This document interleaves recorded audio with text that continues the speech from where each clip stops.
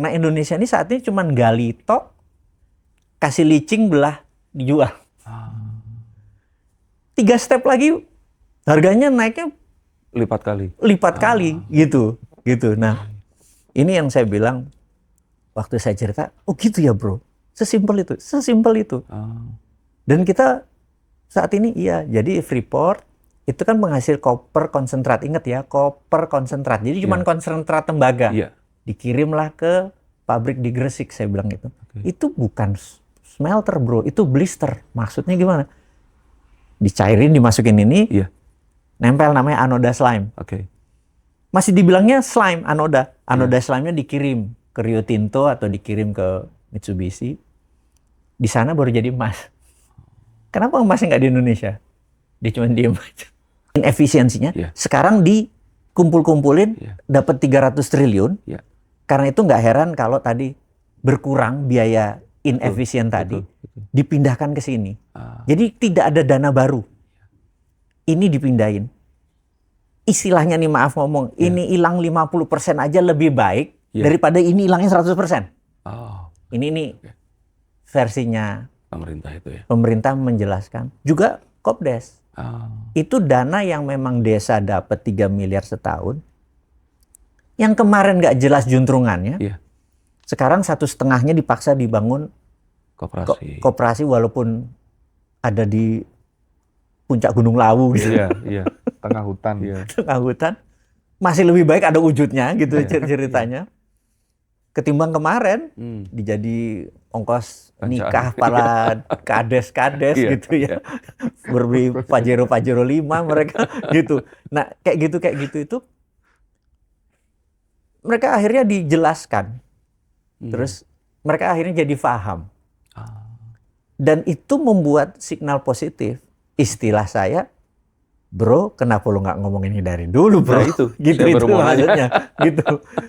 Ya, baru sekarang ini, ya kesadaran kan kadang-kadang manusia belajar, pemerintah pun belajar. Dia learn the hard way dengan cara yang keras. Jadi saat ini asing memang keluar dari Indonesia. Tapi memang ini kita memang dihukum. Bayangin, PI kita itu bisa sampai 100 kali, padahal yang wajar itu kan 10, 15 paling top. Terus dari EBITDA itu naik 15, 10 sampai 15, ini bisa naik 100 kali. Berarti kan itu saham gorengan. Bener nggak? Nah itu, dengan adanya sebegini, penggoreng-penggoreng itu kan yang dirugikan yang penggoreng-penggoreng itu. Jadi ada benernya di satu sisi, ada bener di satu sisi. Jadi saya sekali ini membicarakan sisi netral, pro pemerintah. Kesannya gue mewakili pemerintah. Ini keren ya harusnya. Juru bicara gitu. Nah, kita harus melihat apa-apa kan dari, ya kalau jurnalis kan cover both side. Nah ini kita melihat dari dua itu. Terus juga isu akan digantinya Pak Purbaya isu. Bisa Dede, bisa Pak Menteri Kesehatan tuh, Budi Sadikin dan lain sebagainya. Bisa, semua itu bisa. Nah, pasar menganggap itu sebuah excitement karena Purbaya bukan tidak bisa kerja. Ini versi pasar. Purbaya nggak bisa ngomong. Jangan ngomong deh lu gitu. Tidak jadi bisa memberikan rasa mungkin.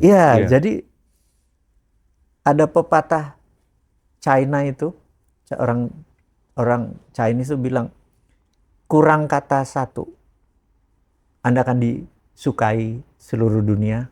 Tambah satu kata, Anda akan dibenci seluruh dunia. Jadi kalau kita jadi pejabat, wah saya belum dapat informasi itu, saya kurang tahu. Itu nggak apa-apa. Ketimbang kita sok tahu. Betul. Itu bubar gitu.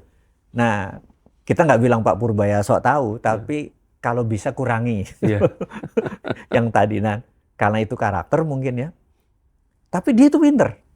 Jadi mungkin ke depan yang kita berharap adalah sampai kapanpun pejabat jangan banyak bicara deh. Bener nggak? Betul. Jangan banyak bicara. Jadi wis kerjain gitu. Nanti yang berbicara yang kompeten aja, yang disukai. Jadi dia juga orang yang tepat, tapi dia juga karakternya disukai. Saya nggak tahu siapa saat ini di pejabat yang disukai. Dan Bahlil, Pak. Prof. Bahlil. Oh iya benar. Prof Bahlil ya. Boleh juga Bang Abang Da.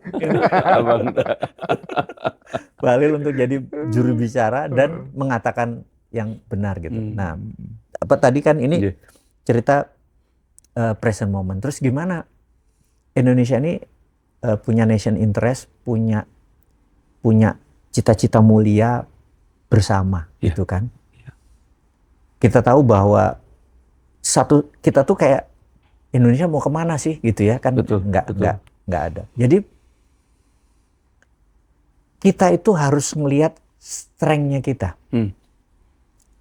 Terus kita coba list potensi kita tuh apa.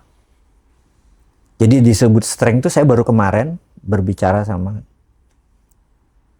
teman-teman pembaca, kita punya book club. Saya bertanya, kalau dalam sebuah diskusi kemarin sambil makan siang, perpustakaan Alexandria 48 BC, kira-kira itu terbakar, ada 700.000 manuskrip judul buku, 700.000 kebakar. Saya bertanya, IQ orang-orang Alexandria kira-kira berapa? Mungkin 130, 140 lah, gitu. Wah, menarik ya. Terus 100.000 artikel itu ada terselamatkan dari 700.000, terus dibawa ke Baghdad. Di mana sampai puncaknya di zaman Harun 500 zaman Abbasiyah 500 tahun. Itu manuskrip 100.000 ini itu menjadi hampir 1 juta lebih selama 500 tahun. Inilah kejayaan ini. Tapi sama Mongol habis lagi. Gitu kan? Betul. Saya tanya, berapa IQ di zaman Bait al-Hikmah, di zaman House of Wisdom-nya Abbasiyah? Mungkin 130, 140 gitu. Pertanyaan, kenapa Indonesia 78? Kan gitu kan? Iya, betul. Karena kita nggak kritis lagi, kita nggak free thinker lagi. Kita tuh udah, kamu nggak boleh naik ojek, karena itu nggak muhrim. Kita udah terlalu dipagari sama dogma-dogma, doktrin-doktrin yang membuat kita tuh mau gini nggak boleh, mau ini nggak boleh. Akhirnya kita jadi gini aja udah. Padahal free thinker itu semua benar. Gak ada salah dalam free thinker. Begitu ada, oh ini salah, ini tidak benar, free thinker tidak jalan. Free thinker cuma ada benar sama lebih benar. Benar sama lebih benar, cuman itu toh. Free thinker nggak boleh mikir salah. Dan di sini nggak boleh, ini nggak boleh, salah terus. Itu sudah terjadi dalam 50 tahun terakhir. Inilah menurunkan IQ, karena IQ itu free thinker tuh, jadi IQ itu man-made. Nyambung dengan tadi paradigmanya disempitin terus. Disempitin terus, gini terus malah yang tadi gini nggak boleh tuh, nggak boleh tuh makin. Ada peran agama nggak sih untuk menurunkan IQ itu tadi? Peran ustadz iya. Agama benda mati, Pak. Oke. Pemahaman agamanya mungkin. Peran ustadz ya. Iya, jadi peran guru. Ustadz kan guru kan, guru ya. Iya, Nah, iya. dia kepentingan dia aja. Gitu. Saya nggak bilang agama yang salah. Gitu. Saya nggak bilang kiai loh. Saya nggak bilang ustadz kan guru. Guru yang berkepentingan untuk memasukkan, membataskan. Nah, itu bukan karena kesengajaan, itu karena ketidaktahuan dia, karena dia pun didoktrin begitu. Betul. Terjadi repetition kayak gitu. Jadi saya pikir, yuk kita buka.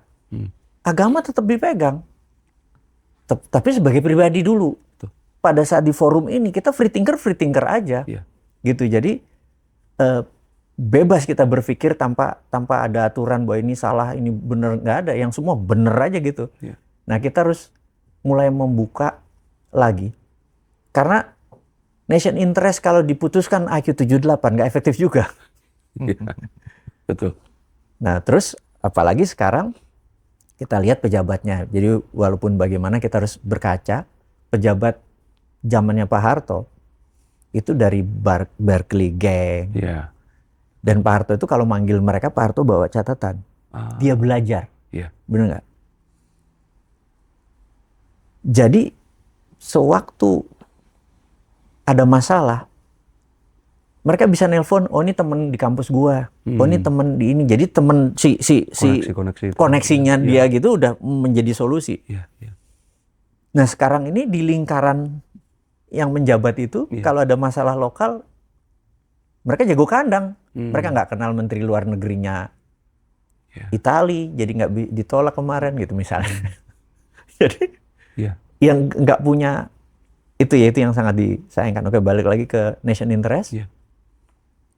Jadi setelah tadi kekuatan kita adalah di SDM, Iya.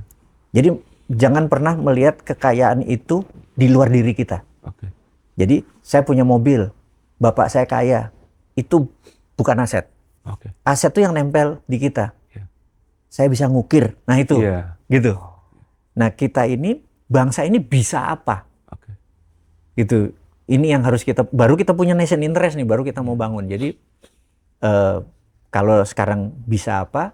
Menurutku, kita ini harus menguasai mineral. Oke. Ini yang saya harapkan. Tadi saya berkesempatan berbicara sama bukan apa pengusaha ya, regulator juga gitu dengan ini segala macam. Saya cuma mengajarkan bahwa mineral itu industri yang simpel. Budaya metal di Indonesia itu sudah jauh lebih tinggi dari negara manapun, lebih early, bukan tepatnya lebih dulu. Cara mengelola metal itu cuma dua.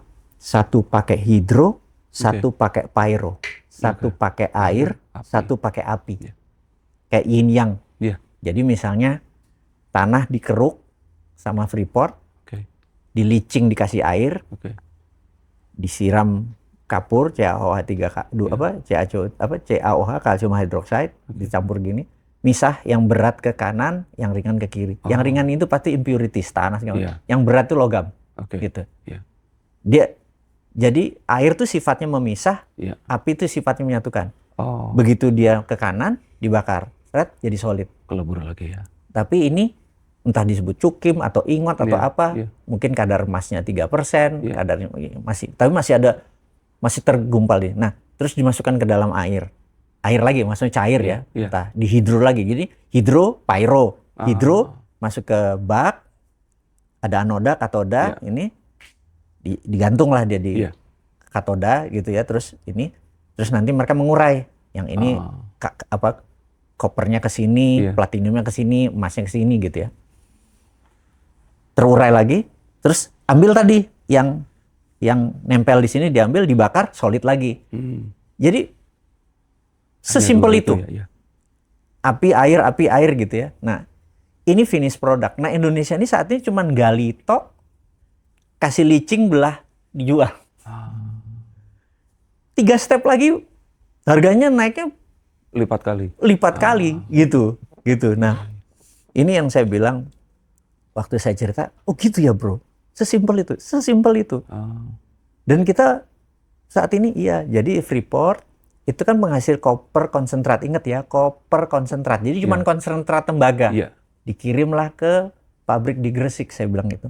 Itu bukan smelter bro, itu blister. Maksudnya gimana? Dicairin, dimasukin ini, Iya. nempel namanya anoda slime. Oke.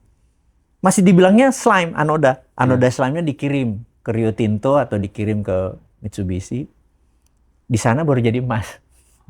Kenapa emasnya nggak di Indonesia? Dia cuma diem aja. Dan ini udah tahunan. 50 tahun kita digoblokin. Itu karena ada sebuah fakta bahwa kita tidak boleh seperti pesawat terbang. Tidak. Dan kita kan... Kalau yang mineral enggak. Ini memang completely stupid. Kalau pesawat terbang memang kita nggak Kalau bisa kan? sebenarnya kita nggak bisa. Kan? Iya. Gitu. Jadi Iya. kalau itu memang kita dibodohin di sini. Oh. Diberhenti di sini, dibodohin aja gitu. Dan selama ini pemerintahan sebelumnya itu 8 presiden. Gitu. Jadi ini memang harus wake up call, ini harus diingetin. Iya. Gitu. Jadi kalau kita mau nation interest kita adalah menjadi strongest country in Southern Hemisphere, misalnya menjadi negara terkuat di selatan Khatulistiwa dengan kekuatan mineral. Kayak gitu tuh. Kalau mau ngebangun nation pride atau kebanggaan nasional gitu. Kita negara terkuat di bumi selatan dengan kekuatan mineral. Dan itu masih bicara yang populer. Ini kan rare earth ada macam-macam, bahkan yang belum terpetakan ada juga kan? Nah, di sini rare earth itu misalnya, jadi gini, rare earth itu bukan tambang.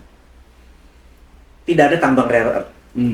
Rare earth itu nempel ada sama produk utamanya. Jadi gini, emas itu nempel di koper. Karena itu namanya tembagapura. Hasilnya koper konsentrat. Baik. Bukan tambang emas. Iya.